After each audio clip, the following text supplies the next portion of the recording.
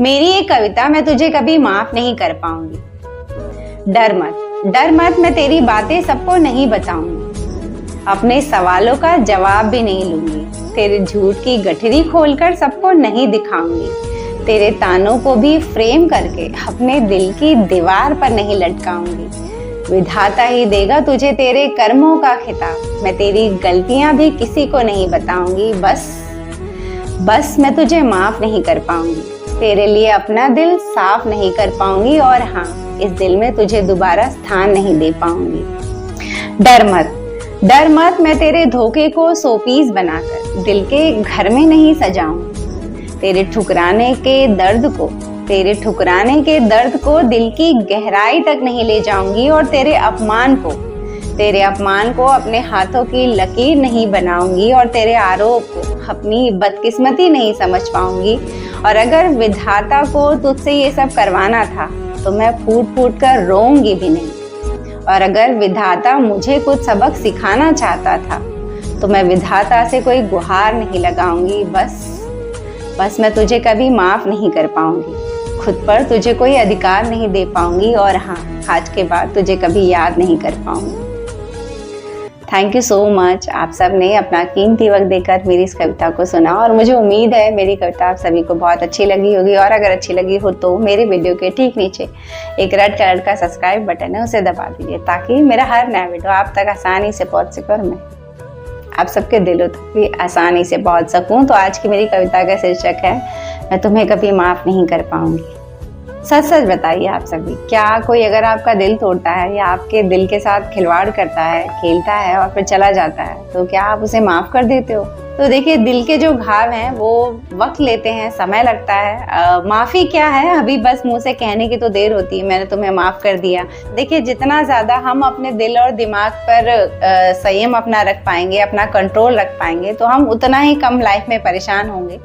हम जितनी आज़ादी दे देंगे अपने दिल को और दिमाग को, उतना ही ज़्यादा हमें परेशानी होनी है लाइफ में। ये तय मानिए, अगर आप किसी से प्यार जो है बहुत ज़्यादा गहराई तक करे जा रहे हैं तो ऑब्वियस है कि आपको उतनी ही गहराई तक आंसू भी गिराने हैं और वक्त लग जाएगा, बहुत समय लग जाएगा।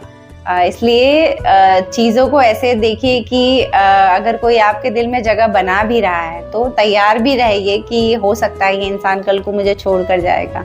तो ये एक बात अपने अंदर हमेशा रखिए, कोई भी इस लाइफ में देखिए हमेशा के लिए आपके साथ देने वाला नहीं है, तो तैयार रहिए हर चीज़ों के लिए। लाइफ का नाम ही तो यही, सभी जानते हैं, आप सभी को आज के लिए पता है कि ज़िंदगी क्या है। ज़िंदगी लड़ने का नाम है, ज़िंदगी दुखों से लड़ने का नाम है।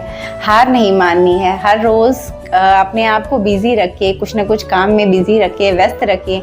आराम से जीना कोई लाइफ नहीं होती। सुख सुविधाओं के बीच लग्जरी लाइफ को जीना, ये कोई बहुत टाइम तक आप नहीं कर पाएंगे अपनी लाइफ में। फिर अपने आप दुख क्रिएट होंगे। आप सुख को भोग कर देखिए, अगर आप सुख को बहुत वक्त तक भोग रहे हैं तो यकीन मानिए आपकी शरीर फिर बिगड़ रही है। आप अगर कोई काम नहीं कर रहे हैं, सिर्फ अपनी लग्जरी लाइफ को एंजॉय करे जा रहे हैं सालों से, तो ऑब्वियस है कि ये शरीर, फिर ये मशीन खराब होना शुरू हो जाएगी। कोई ना कोई दुख आपके सर पर आ जाएगा, तो चीजें होंगी। दुख का साइकिल हमारा पीछा नहीं छोड़ सकता, यही है हमारी लाइफ।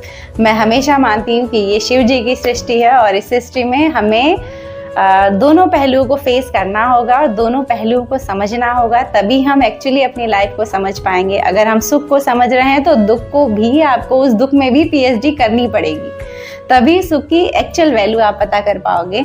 शिव जी की सृष्टि ही यही है, क्योंकि देखिए शिव जी अकेले ऐसे नहीं है। शिव जी भगवान जो है कि वो देवताओं के भी महादेव हैं, तो वो भूतपति भी हैं। सोचिए, वो देवताओं के साथ भी हैं और भूतों के भी साथ हैं। मतलब देव दानव वो हर जगह अपनी उपस्थिति रख रहे हैं। मतलब ऐसा नहीं है कि कोई चीज़ बुरी है तो उन्होंने छोड़ दी, गलत है तो छोड़ दी, वो उस पक्ष के भी साथ है। क्योंकि अगर हमारी लाइफ में कुछ गलत होगा तब तो हमें सही की वैल्यू पता चलेगी। और हाँ, रही बात माफ़ करने की ना, तो जब तक आप किसी को दिल से नहीं माफ़ कर पाते तो कहिए भी मत। उस शब्द को कहकर मीनिंगलेस मत बनाइए, बस कह दिया वाली बात मत करिए। नहीं कर पा रहे माफ़, आप उसे कहिए मुझे वक्त लगेगा लेकिन मैं कोशिश करूंगा, आज नहीं तो कल तुम्हें माफ़ कर दूं। क्योंकि वो इंसान आपको तकलीफ देने आया था, आपको दुख पहुंचाने आया था, आपको कुछ सिखाने भी आया था।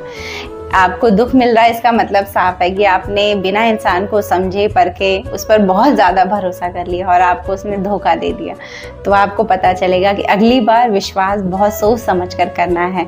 अगली बार अपने इमोशंस को एक ऐसे इंसान पर खर्च करना है जो उसको जो है कि संभाल कर अपने पास रख सके। मैंने ऐसे भी कई लोगों को देखा जो बहुत झटपट सॉरी कह देते हैं। अभी कुछ छोटी सी गलती करें वो तुरंत सॉरी।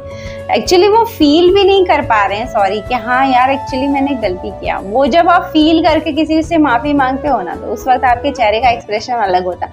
बस कहने को कह दिया वो भी अब दिखता है कि मतलब एक फॉर्मेलिटी, एक सज्जनता दिखानी है अपने स्वभाव की, तो अब आपने सॉरी कह दिया तो वो इतना मैटर नहीं करता। लेकिन जिस दिन आप किसी को दिल से माफ करेंगे तो सही बात होगी। लेकिन मैं आप सबसे देखिए इतना ज़रूर कहूँगी कि आप अपनी लाइफ में उन सारे लोगों को एक ना एक दिन ज़रूर माफ़ कर दीजिएगा जिन्होंने आपको दुख पहुँचाया होगा, जिन्होंने आपको तकलीफ़ दी होगी। क्योंकि देखिए गुस्सा, क्रोध और नफ़रत लेकर हम कहाँ जाने वाले हैं? ऊपर ही जाना है, सबका सफ़र तो वहीं ख़त्म होना है। तो फिर ये सब लेकर दिल में क्यों जाना है? सबको माफ़ करते जाइए और दिल से निकालते जाइए ताकि ये दिल बहुत खाली सा रहे। इसमें बहुत कुछ भर भर कर अपनी लाश, अपनी चिता नहीं जलवानी है। खाली कर दीजिए इस दिल को। खाली ही तो आए थे ना। याद करिए जब हम पैदा हुए थे तब ये दिल भरा पड़ा था क्या? प्यार से, नफरत से, किसी चीज़ से नहीं भरा था, बिल्कुल खाली था। और जब जाइए इस दुनिया से तब ऐसे ही जाइए, बिल्कुल खाली दिल। किसी के लिए बहुत ज़्यादा प्यार ना रहे, नफरत ना रहे। और जब ये दिल खाली हो जाएगा ना तो यकीन मानिए ऊपर जाने में बहुत आसानी होगी। हमें आज की डेट में सबसे ज़्यादा डर मरने से ही लगता है। हम मरना नहीं चाहते। क्यों नहीं मरना चाहते? क्योंकि हमारी मरने को लेकर कोई तैयारी नहीं होती। हम मरने तक अपने दिल में कुछ ना कुछ भरे रहते हैं। किसी के लिए प्यार, किसी के लिए नफरत, किसी के लिए द्वेष, किसी के लिए जलन। तो इस चीज़ पर ध्यान दीजिए कि मरने से पहले अपने इस दिल को खाली करना है। और खाली वो कब होगा? जब आप सबको दिल से माफ़ करते जाएंगे कि ठीक है, जिसका जो जो किरदार था सबने मेरी लाइफ में आकर निभाया और सब चले गए, मैंने भी सबको माफ़ किया ताकि वो मेरे भी दिल से निकल जाए। यहाँ किसी को बिठा कर मत रखिए। ये वो जगह है ना जहाँ सबको ऐसे भर भर के नहीं रखना है। ठीक है, आपने अपना रोल प्ले किया, मुझे दुख दिया, मेरे आंसू गिरे, मैंने बहुत कुछ सीखा लाइफ से, बस जाइए अपने रास्ते, मैं अपने रास्ते। बहुत सिंपल सा हिसाब है लाइफ का।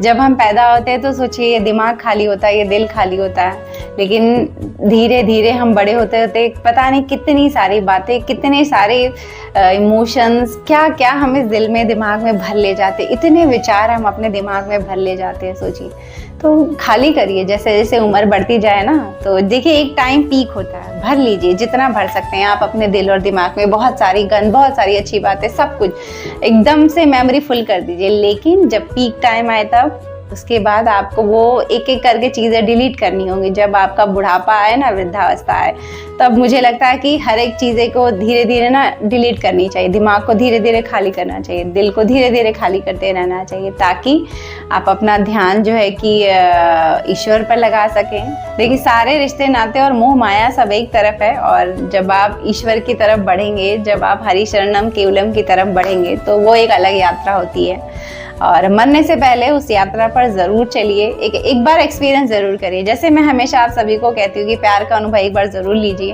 वैसे ही मैं कहूँगी हरि शरणम केवलम। एक बार खुद को समर्पण भाव से भगवान के सामने भी ज़रूर ले जाइए और उनकी भक्ति करिए। एक बार भक्ति का भी स्वाद ज़रूर चखिए।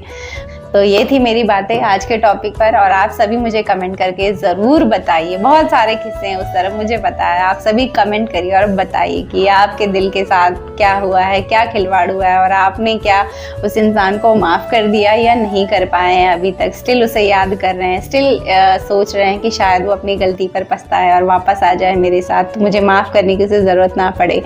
ऐसा कुछ अगर आपके दिमाग में चल रहा है तो मुझे कमेंट करके बताइए। और चलती हूँ एक और नए वीडियो में, आप सबसे मेरी मुलाकात रहेगी। तब तक उससे दोस्ती बनाए रखिएगा। किससे? इससे।